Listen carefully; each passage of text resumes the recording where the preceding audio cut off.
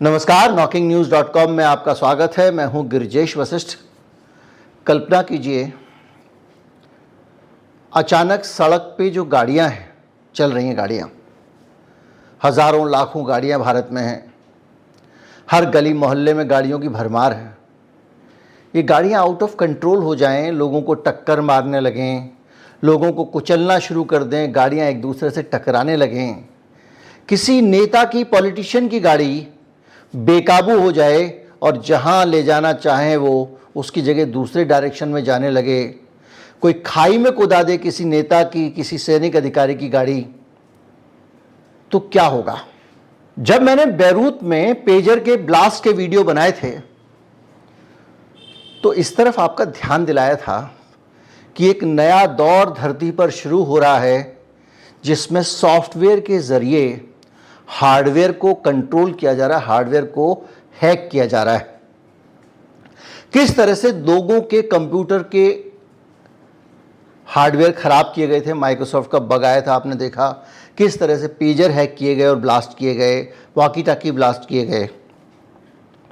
यानी हम एक ऐसे दौर में पहुंच गए हैं जब इंटरनेट मानवता के लिए विध्वंसक बनना शुरू हो गया है। मैंने आपको शुरू में बताया कि कल्पना कीजिए अगर कारें आपके काबू से बाहर हो जाएं, तो आपको लगा होगा कि मैं एक कपोल कल्पना बता रहा हूं, लेकिन कपोल कल्पना नहीं है, ऐसा साबित हुआ है। कुछ हैकर्स ने बाकायदा कारों को कंट्रोल करके यह साबित कर दिया है, ये ताज़ा खबर बता रहा हूं आपको, कि किस तरह से वो एक जगह से बैठकर एक एप्लीकेशन के ज़रिए कार को जो चाहे करवा सकते हैं।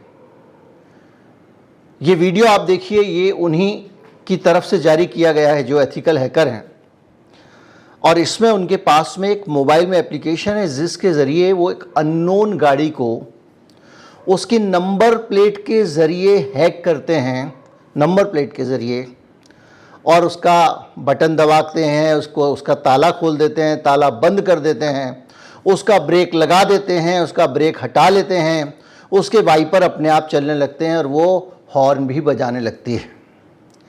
ये इस वीडियो में ये जो आदमी है ये उस चीज़ को डिमॉन्स्ट्रेट कर रहा है, उसका प्रदर्शन कर रहा है और बता रहा है कि कितनी आसानी से हमने ये करके दिखा दिया। गाड़ी है किया कंपनी की, और किया कंपनी की एक नहीं, उन्होंने पूरी एक लिस्ट जारी की है जिसमें 10-12 गाड़ियां ऐसी हैं जिनको आसानी से हैक किया जा सकता है। और ये डेमो करने के लिए ज़रूर गाड़ी के सामने खड़ा हुआ है। ये आदमी दूर किसी देश में बैठकर भी किसी कार को इसी तरह से एक्सेस कर सकता है, हैक कर सकता है। सिर्फ किया नहीं, इन्होंने टोयोटा वोयोटा 10-15 गाड़ियों की कंपनियों के नाम रिलीज किए और कहा कि इन सब को हम हैक कर सकते हैं। वियर्ड करके एक टेक्नोलॉजिकल मैगजीन है जिसमें इस पर बड़ा विस्तृत लेख छपा है। इस लेख में बताया गया है कि इन्होंने बड़ी ही आसानी से इन कारों पे कंट्रोल कर लिया। अब मैं आपको सरल तरीके से समझाता हूं कि कंट्रोल कैसे किया। दरअसल आप जानते हैं कि हर कंप्यूटर का, हर सर्वर का एक आईपी एड्रेस होता है, इंटरनेट प्रोटोकॉल एड्रेस, यानी उसका एक पता है वो, कि उस कंप्यूटर की एक आइडेंटिटी है कि भैया ये वाला कंप्यूटर है। जैसे नाम, किसी का नाम छवि राम होता है, किसी का सीताराम होता है, लेकिन आदमियों में नाम डुप्लीकेट हो जाते हैं। कंप्यूटर में एक 4 अंकों का कॉम्बिनेशन होता है जिसमें डॉट का निशान बीच में लगा होता है, और 3-3 के, 2-2 के, 1-1 अंक के, वो 4 अंक हो सकते हैं। उनके अंदर ही पूरी दुनिया के कंप्यूटर छमाए हुए हैं, ऐसे समझ लीजिए। तो ये जो 16 अंकों की संख्या है इसको आईपी एड्रेस कहते हैं। इनका कहना यह है, हैकर्स का, इन्होंने किया कंपनी को बाकायदा मेल करके बताया कि भैया हमने हैक कर लिया है। साल भर पहले से ये लगातार कंपनी को जगा रहे हैं। कंपनी जो है वो कभी सुन लेती है, कभी कुछ उल्टा सीधा इंतजाम कर देती है, तो फिर हैक कर लेते हैं, और ये कर करके उसको बता रहे हैं। इन्होंने क्या किया कि वो जो पता था, जो एड्रेस था, जो कोड था उस कंप्यूटर का, जिस कंप्यूटर के ज़रिए किया कंपनी की कारों को कमांड जाती थी, उस पर कमांड भेज के देखा। थोड़ा टेक्निकल लग रहा होगा और सरल कर देता हूं। दरअसल आप अपने एप्लीकेशन से या आपका सर्विस सेंटर अपने कंप्यूटर से किसी भी गाड़ी के बारे में कोई डाटा फीड करता है उस गाड़ी में, तो वो डाटा इंटरनेट के जरिए उस गाड़ी तक पहुंच जाता है। उसको उस गाड़ी में कुछ डिवाइस अटैच करने की ज़रूरत नहीं है। उसने अगर डाल दिया कि इसकी सर्विस 12 तारीख को होगी तो वो उस गाड़ी में पहुंच जाएगा। तो इसी तरह से बहुत सारी चीज़ें गाड़ी की कंट्रोल की जा सकती हैं सर्विस सेंटर का जो कंप्यूटर है उससे, या फिर उनके पास जो एक एप्लीकेशन होती है इससे। इसको करने के लिए एक सेंट्रल कंप्यूटर है जिससे गाड़ी भी जुड़ी हुई है, जिससे वो लोग भी जुड़े हुए हैं। इन लोगों ने क्या किया, इन लोगों ने कहा कि वो जो कंप्यूटर है जिससे सब लोग जुड़े हुए हैं, जहां से कमांड आती है, जो गाड़ी को कंट्रोल करता है, गाड़ी की चीज़ों को बदल सकता है, हॉर्न बजा सकता है, ब्रेक लगा सकता है, लॉक कर सकता है, अनलॉक कर सकता है, उस सिस्टम का आईपी एड्रेस इन्होंने पता लगा लिया। यानी उस सिस्टम का जो पता था वो पता लगा लिया और इन्होंने अपने एप्लीकेशन से एक कमांड उस आईपी एड्रेस पे भेज दी कमांड। बस काम बन गया। वो कमांड भेजने भर से उस आईपी एड्रेस ने बगैर ये जाने, बगैर ये सोचे उस कमांड को एक्सेप्ट कर लिया कि ये कमांड सर्विस सेंटर के सचमुच में है या नहीं, ये मोबाइल फ़ोन से सचमुच है या नहीं ग्राहक के। और ये जो जानकारी थी कार के बारे में कि कौन सी गाड़ी है और इस गाड़ी का वो कोड क्या होगा जिसके ज़रिए मैं, अगर मान लीजिए उन्होंने कमांड दी और वो एक स्पेसिफिक गाड़ी के पास कमांड पहुंच रही है, तो उस गाड़ी का जो आईपी एड्रेस है वो भी तो मुझे पता होना चाहिए ना, तभी तो, वरना मैं कमांड दूंगा और मैंने उनके सर्वर को कमांड दे दी तो कहीं भी पहुंच जाएगी। लेकिन वो आईपी एड्रेस गाड़ी का कैसे पता करते थे, उसकी नंबर प्लेट से पता कर लेते थे। इन्होंने बड़ी आसानी से किसी एक सर्विस सेंटर से एक एप्लीकेशन हासिल कर ली और उसके ज़रिए इन्होंने उसका पूरा डाटा ले लिया और उससे ये उस नंबर प्लेट से उस गाड़ी को हैक कर लेते थे। निचोड़ ये निकला कि अब इन हैकर्स ने ये कहा कि भैया आपकी गाड़ी इस तरह से हम आसानी से कंट्रोल कर सकते हैं, इसके सिक्योरिटी को आप ठीक कर सकते हो तो कर लो। बड़ा लोकहित का काम किया भैया। लेकिन क्या ये एक हम सबके लिए संकेत नहीं है, चुनौती नहीं है कि आपकी कार जिसे आप बहुत हाई टेक्नोलॉजी की समझते हो, सोफिस्टिकेटेड समझते हो, उसको कोई कंट्रोल कर सकता है। और उसको जो कंट्रोल कर रहा है वो किस मीडियम से कर रहा है, इंटरनेट के ज़रिए कर रहा है। क्योंकि वो इंटरनेट से कार भी जुड़ी है, उसी इंटरनेट से सर्विस सेंटर भी जुड़ा है और उस इंटरनेट के ज़रिए कार को कंट्रोल किया जा सकता है, ये इन्होंने बताया। अब इन्होंने बताया कि भैया जहाँ से हम घुसे तुम्हारे सर्वर में ताला लगा लो। इन्होंने मामला क्लोज कर दिया, कंपनी भी ताला लगा देगी। लेकिन क्या ये मामला किसी भी देश और समाज को ऐसे क्लोज करना चाहिए? इसको क्लोज इसलिए नहीं किया जाना चाहिए क्योंकि अगर इंटरनेट से जुड़ी हुई ज़रूरत से ज़्यादा इंटरनेट का इस्तेमाल आप करेंगे तो इस तरह के खतरे हमेशा बने रहेंगे। इजराइल के पेगासस का खेल भी हमने देखा है और बहुत सारे दुनिया भर के इस तरह के जासूसी उपकरणों, दूसरी चीज़ों पे मैं अनेक वीडियो बना चुका हूँ। किस तरह से इंटरनेट पे हम एक भी शब्द टाइप करते हैं वो भी स्कैन हो रहा है कहीं पे, उसके बारे में भी सब कहीं ना कहीं कोई आदमी कॉग्निजेंस ले रहा है। आप सड़क पे जा रहे हो, कोई आपको देख रहा है, कहीं पे दूर बैठ के सर्वर में कोई देख रहा है कि आप जो सड़क पे गए हो आप कितने खतरनाक आदमी हो, सेफ़ हो नहीं हो, सरकार को आप पे नज़र रखने की ज़रूरत है नहीं है। उसी हिसाब से वहाँ अलर्ट जा रहे हैं, आवाज़ें जा रही हैं। मैंने आपको बताया था कि किस तरह से जो फेशियल रिकॉग्निशन कैमरे हैं वो 3 सेकंड के अंदर पूरा काम कर देते हैं। यानी आप जा रहे हैं एक फ्रेम में, 50 लोग जा रहे हैं उस एक ही तस्वीर के अंदर, उन 50 लोगों के चेहरे पहचान के उन 50 लोगों में जिस आदमी पर नज़र रखनी है उस आदमी के बारे में सूचना संबंधित पुलिस की टीम को या इंटेलिजेंस एजेंसी की टीम को पहुंच जाती है और वो वहाँ से किसी को भी कमांड दे सकते हैं कि भाई इसको फॉलो कर लो, पकड़ लो, ये कर लो, वो कर लो, जो भी करना है, या गोली मार दो। ये बहुत विरोध करता है सरकार का। बहुत सारे आरोप हमने देखे हैं, कनाडा में लगे हैं, कहीं लगे हैं, बहुत सारी चीज़ें। लेकिन क्या खतरा सिर्फ इतना है? खतरा इतना है कि ये इंटरनेट अब धीरे धीरे पूरी दुनिया के गले में, ये समझ में आने लगा है, गुलामी का पट्टा बनता जा रहा है, डलता जा रहा है।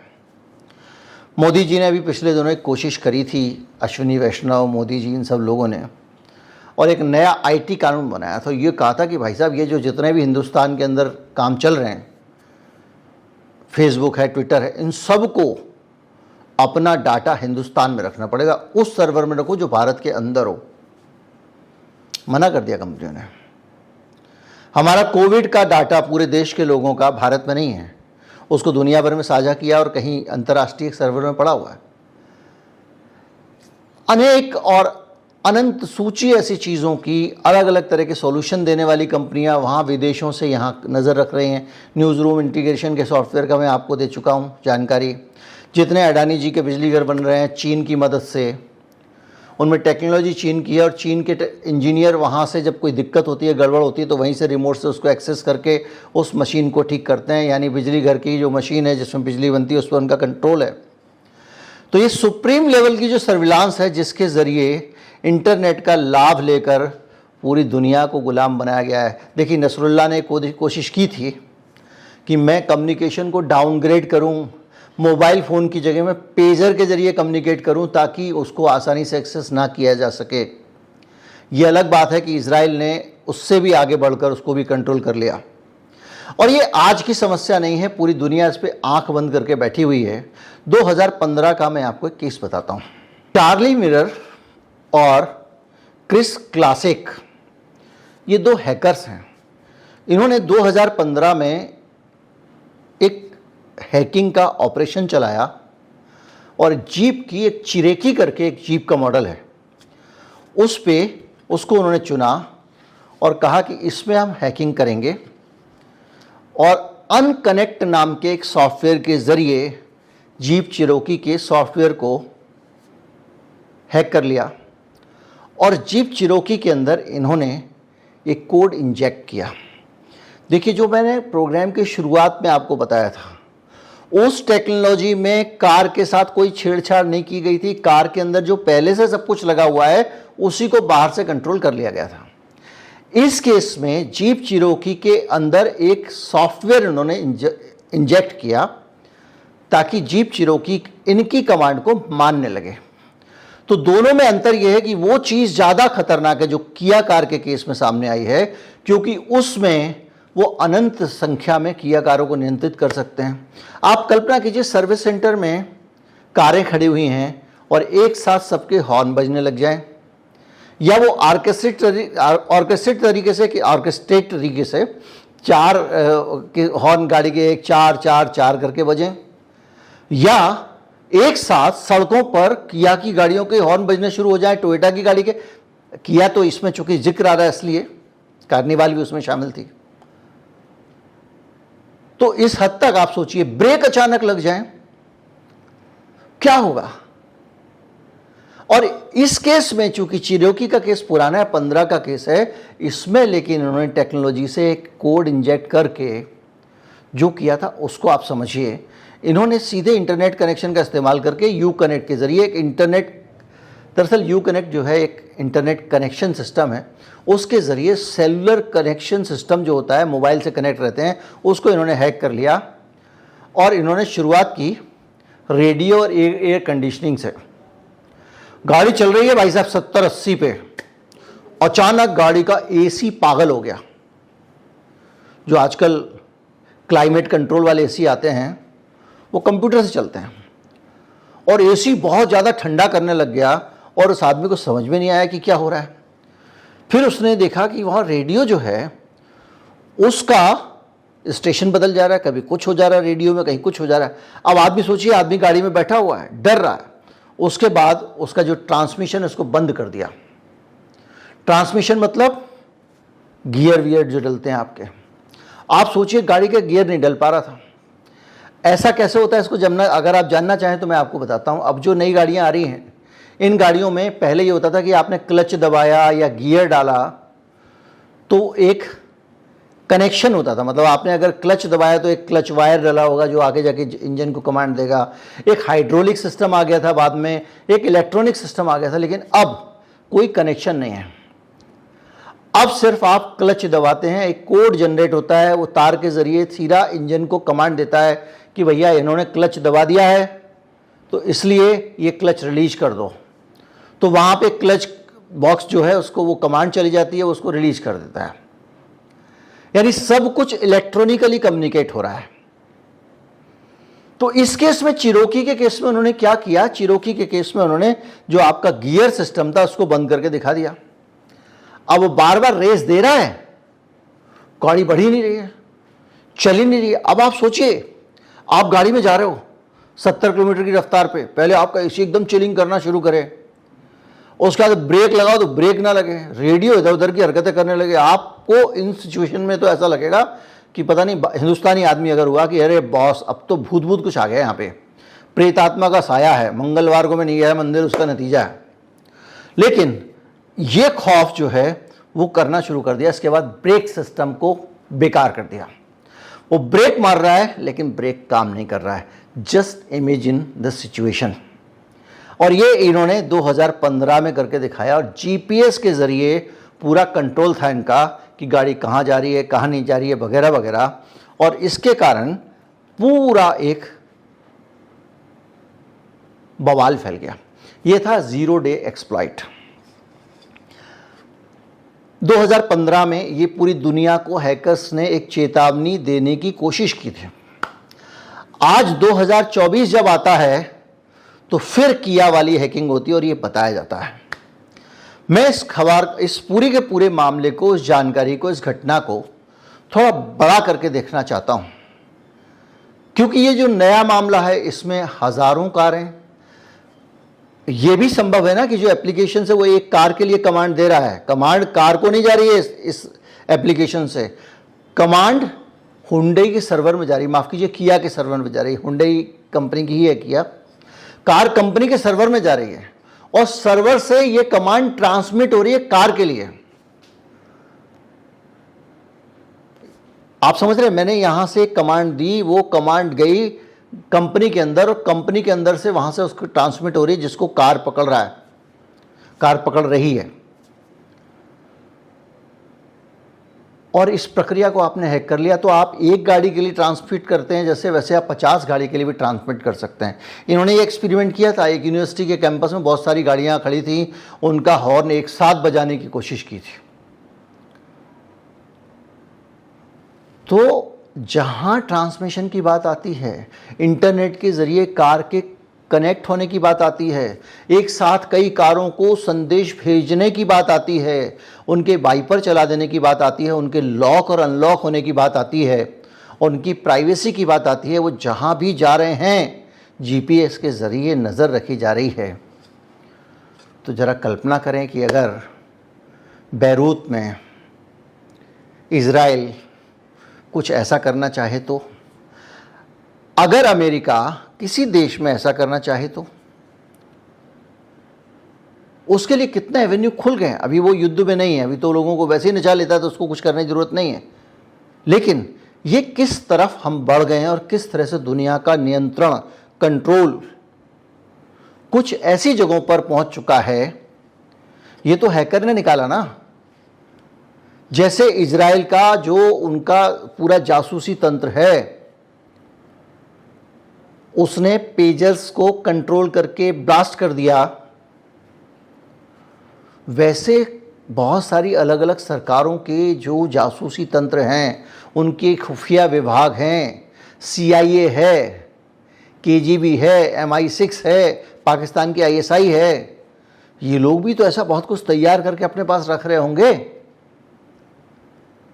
मैंने इनके साथ ये ISI का नाम लिया तो कुछ लोगों को लग रहा होगा अरे पाकिस्तान हो सकता है एक फिसड्डी देश हो, ISI नहीं है साहब। ISI बाकायदा अफगानिस्तान में जितना भी ऑपरेशन अमेरिका का चला है, MI6 ने जो चलाया उसकी पार्टनर थी। एक एक चीज़ ISI के जरिए एग्जीक्यूट हो रही थी वहाँ पे। ISI बहुत खिलाड़ी बन चुकी है। तो ये एजेंसियां जो हैं ये क्या क्या हासिल कर चुकी होंगी। कभी हमको पेगासस पड़ जाता है पता, ये भैया इतनी सी टिप ऑफ आइसबर्ग है। ये समझिए कि पूरा का पूरा बड़ा खजाना है, उसके अंदर का आपको एक मोती दिख गया है, उसको आपको लग रहा है इतनी बड़ी बात। तो कितनी जगहों पर क्या क्या तैयारी होकर रखी होगी दुनिया में। आज हमको अमेरिका कहता है कि भैया आप सप्लाई चेन में अल्टरनेटिव बन जाओ, मतलब आप वो सब माइक्रोचिप वगैरह बनाओ, ये बनाओ वो बनाओ, ताकि हम जो है आपसे ख़रीद सकें। क्यों ख़रीद सकें? क्योंकि अभी वो ताइवान से ख़रीदते हैं। वो ताइवान का विकल्प, कहते तो चीन का विकल्प हैं, लेकिन माइक्रोचिप के मामले में तो आप ताइवान का विकल्प होने वाले हो। और ताइवान का विकल्प वो आपको इसलिए बनाना चाहते हैं क्योंकि उनको चीन और ताइवान का युद्ध करवाना है, बार बार कोशिश करते रहें।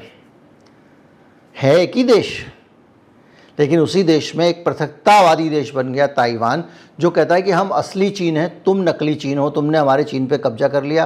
पूरी मैंने इस पर स्टोरी बताई थी आपको, किस तरह से एक पार्टी थी जो चीन पे सरकार करती थी, शासन करती थी, समाजवादी पार्टी हुए, समाजवादी क्रांति हुई माओ के नेतृत्व में। उसके बाद में उस पार्टी के लोग, जब पूरा देश खिलाफ हो गया उनके, भागते भागते उनको कोई जगह नहीं मिली, तो समंदर पार करके वो ताइवान में जाके छिप गए, बस गए, या जो भी कहो। और चीन के पास उतनी क्षमता नहीं थी कि समंदर पार करके इनको वहाँ तक खदेड़ ले। तो वो ताइवान, उस ताइवान के साथ इस चीन को, मेनलैंड चाइना से उस ताइवान को, ये कहते हैं पीपुल्स रिपब्लिक चाइना, वो कहते हैं रिपब्लिक ऑफ चाइना, हम भी चीन ऐसे कहते हैं। लेकिन संयुक्त राष्ट्र में भारत ने भी, अमेरिका ने भी इस ताइवान को उस चीन का हिस्सा माना है, अपने जो चाइना, जो मेनलैंड चाइना है, ये शी जिनपिंग वाला। तो उन दोनों को लड़ाया जा रहा है।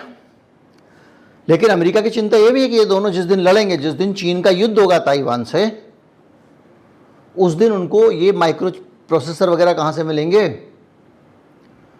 इसलिए वो हमको तैयार कर रहा है।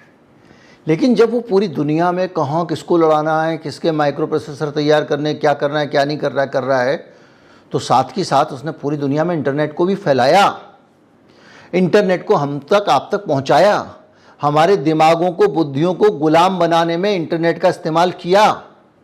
और वो हम देख रहे हैं, हम ये भी देख रहे हैं कि किस तरह से इंटरनेट का इस्तेमाल करके चुनावों के नतीजे बदले जा रहे हैं, किस तरह से लोगों के ब्रेन की हैकिंग हो रही है। मैंने आपको बताया था, पूरा का पूरा वीडियो था इस पर, अगर मिल गया तो मैं यहाँ आई बटन लगा दूंगा। तो इस पूरे वातावरण के बीच में अगर टेक्नोलॉजी इस हद तक पहुंच गई है भैया, तो क्या ज़रूरत है ये ऑटोमेटिक कार चलाने की। जो कारें अपनी कंट्रोल रहती हैं, कम से कम उस पर ही आ जाओ, कहीं तो बचो।